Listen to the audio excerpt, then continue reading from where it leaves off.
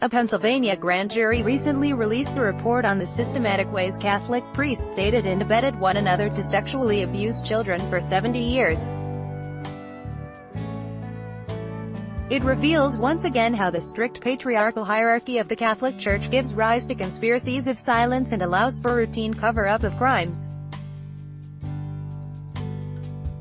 Cover-ups are also encouraged by clericalism, the belief that ordained priests are inherently superior and closer to God than the laity. This much has been demonstrated by countless observers. Sponsored, but there is another, lesser-known factor contributing to the abuse, that I want to point out as a scholar of spiritual warfare in some forms of Christianity. This factor lies in the realm of belief. In some strands of Catholic thought, when priests abuse children, it is because they have been tempted by demons, and succumbed. History of demon beliefs. The Catholic Church invites priests to view sexuality as a battle in the war between good and evil.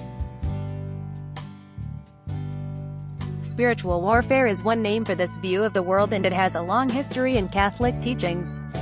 The idea of demons has been around since antiquity, in the Mediterranean world, the Middle East and elsewhere.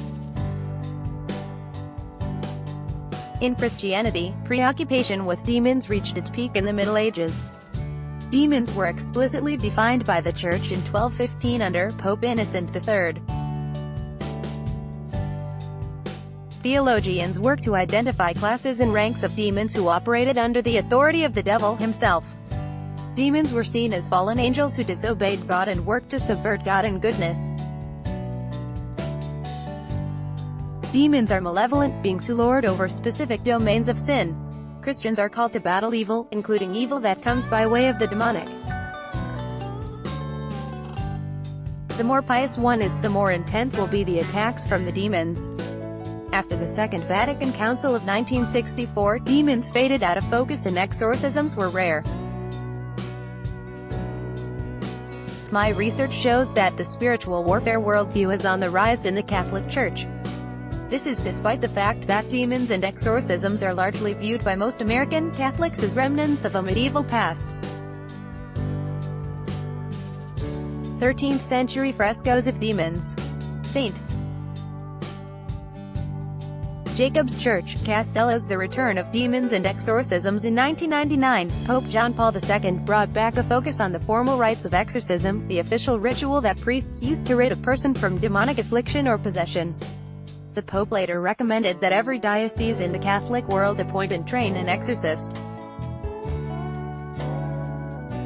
The Catholic Church in the United States took up the call and in 2012 founded the Pope Leo XII Institute in Illinois to support the spiritual formation of priests to bring the light of Christ to dispel evil. To this day it serves as a school for exorcism and deliverance of the laity from demons. The institute offers workshops for clergy such as angels and demons, natures and attributes. Under this belief system, in the battle for souls, demons can establish relationships with people who open the door to them through sin and disobedience to God. If someone masturbates, for example, which is a mortal sin, they are opening the door wider to demons of more serious sexual perversion. Such demons include figures mentioned in the Bible such as Baal, the ancient Phoenician sun god, and his consort Ashtoreth, now viewed as a force of sexual immorality and perversion. Jezebel, the 9th century BC Phoenician princess, lives into the modern era as a demonic personality who encourages illicit sexual acts, violence and rape. Devil in Roleplay. In one church writing for Commonwealth, an American Catholic journal, one ex-seminarian described a formation, or training, workshop sponsored by his seminary. He described how participants were given name tags with the names of demons on them and asked to play the role of demons to tempt one another.